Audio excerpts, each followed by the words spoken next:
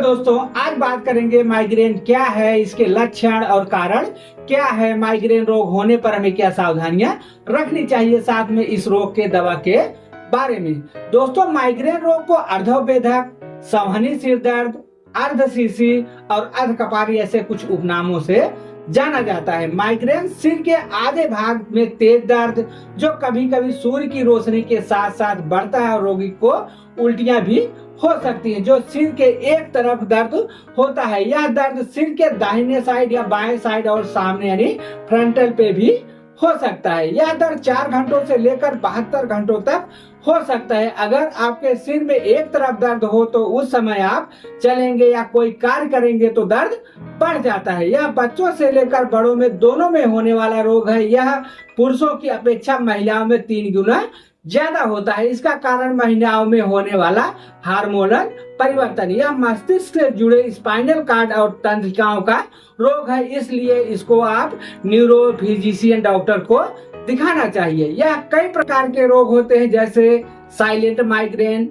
Hemiplegic migraine, retinal migraine, basilar migraine, menstrual, माई abdominal migraine, status migrainosus. लक्षण आपको सबके एक समान ही दिखेंगे, लेकिन साइलेंट माइग्रेन को छोड़कर। फिर आपका है क्रॉनिक माइग्रेन। ये तो लास्ट में होता है जब किसी रोगी को महीने में 15 या 15 दिन से अधिक दिन तक माइग्रेन के लक्षण होते हैं और इनमें कम से कम 8 दिन माइग्रेन से पीड़ित रहता है, तब उसे कुछ लंबे दिनों तक दवा खानी पड़ती है, तो उसे हम क्रॉनिक माइग्रेन कहते हैं। लेकिन माइग्रेन मुख्य रूप से 2 प्रकार के होते हैं। पहला है बिना औरा के माइग्रेन, जिसे माइग्रेन विदाउट औरा कहते हैं। यह सबसे सामान्य प्रकार का माइग्रेन है, जिसमें सिर दर्द के पहले कोई संकेत या चेतावनी औरा नहीं होते हैं। इसके लक्षणों में आपको सिर के एक तरफ दर्द, मतली, उल्टी, तेज प्रकाश और आवाज के प्रति संवेदनशीलता या पारिवारिक बीमारी हो सकती है। दूसरा है आपका औरा के साथ माइग्रेन, जिसे हम माइग्रेन विद औरा कहते हैं, यानी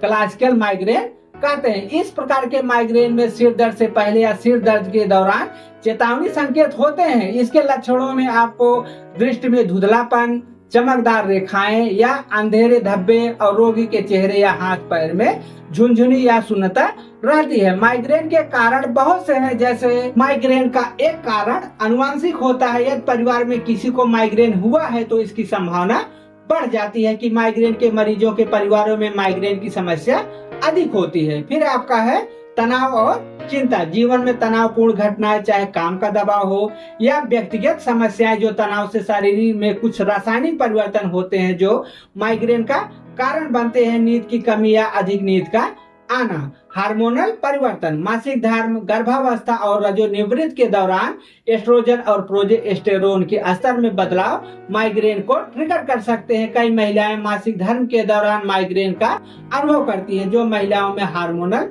परिवर्तन माइग्रेन का कारण बनता है। मौसम में बदलाव, जैसे तेज रोशनी, तेज आवाज, डीजे वगैरह, उच्च तापमान, व्यायाम या शारीरिक मेहनत के दौरान शरीर में होने वाले परिवर्तन, कुछ दवाइयां या गर्भ निरोधक गोलियां और हार्मोनल रिप्लेसमेंट। इसके अलावा भोजन के टाइम में बदलाव, टीवी, मोबाइल को अत्यधिक देखना माइग्रेन का कारण हो सकता है। अन्य कारण जैसे सिजोफ्रेनिया, एपिलेप्सी, पेशेंट है यानी मेंटली लिस्ट की बीमारी है तो माइग्रेन होने का कारण ज्यादा होता है। ऐसा माना जाता है मस्तिष्क में रासायनिक और रक्त संचार संबंधित परिवर्तन होते हैं, जिसमें मस्तिष्क की रक्त वाहिकाएं संकुचित होती है, जिससे न्यूरोट्रांसमीटर यानी सेरोटोनिन का स्तर बदल जाता है। इन्हीं परिवर्तन से माइग्रेन का दर्द शुरू हो जाता है। माइग्रेन को रोकने का सबसे अच्छा तरीका ट्रिगर से बचना है। क्या डिस्टर्ब कर रहा है जिसके कारण माइग्रेन रोग बार बार हो जा रहा है? अगर आपको नहीं पता कि माइग्रेन को क्या ट्रिगर करता है तो एक डायरी रखने की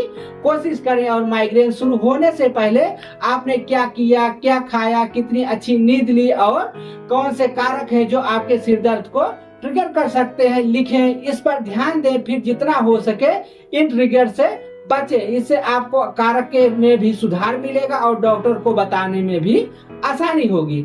माइग्रेन से बचने के लिए आपको रोगी को वातावरण के अचानक ठंडे गर्म बदलाव से बचें तेज धूप से बाहर निकलते समय छाते और सनग्लासेस का इस्तेमाल करें। डिहाइड्रेशन से बचने के लिए हर रोज 8 से 10 गिलास पानी पिएं। स्ट्रेस कम करने के लिए सुबह नंगे पांव घास पर टहलने जाएं। लिक्विड डाइट जैसे सूप, नींबू पानी, नारियल पानी, छाछ और फल जूस पिएं। हरी सब्जियां खूब खाएं।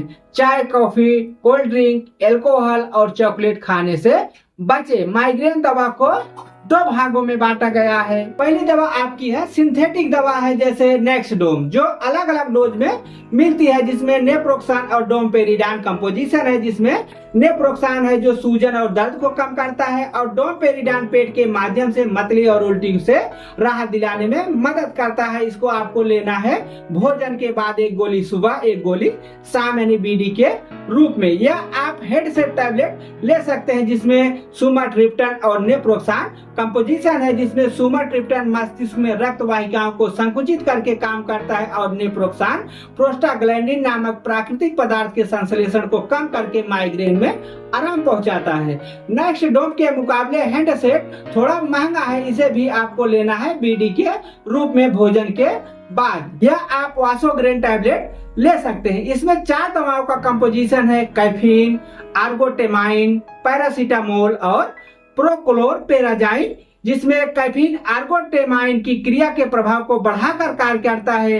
आर्गोटेमाइन मस्तिष्क में रक्त वाहिकाओं को संकुचित करता है, जो डाइजेशन के कारण होने वाले माइग्रेन के दर्द को कम करता है। पैरासीटामोल दर्द से राहत प्रदान करता है, और प्रोक्लोरपेराजाइन मितली और उल्टी को नियंत्रित करके माइग्रेन को ठीक करने में मदद करता है। इसे भी आप ले सकते हैं भोजन के बाद ओडी के रूप में। बहुत जरूरत पड़ने पर ही बीडी ले सकते हैं। इन तीनों दवाओं में से चाहे नेक्सडोम हो या हेडसेट हो या वासोग्रेन हो, इसमें से एक ही दवा आप ले सकते हैं जरूरत के हिसाब से। दूसरी दवा आपकी है प्रोएक्टिलेविल की दवाएं, जो ब्लड फ्लो पे कार्य करती है, जो बीटा ब्लॉकर्स और कैल्शियम चैनल ब्लॉकर्स की दवाएं हैं, जैसे प्रोआनोल प्लस 10 mg। प्रोआनोल प्लस में 2 दवाओं का कंपोजिशन है, प्रोपेनोनोल जो बीटा ब्लॉकर दवा है, और फ्लूनारिजाइन कैल्शियम चैनल ब्लॉकर दवा है। या प्रोआनोल प्लस आपके मस्तिष्क में रक्त प्रवाह को बेहतर बनाने में मदद करता है, और मांसपेशियों की असामान्य गतिविधि को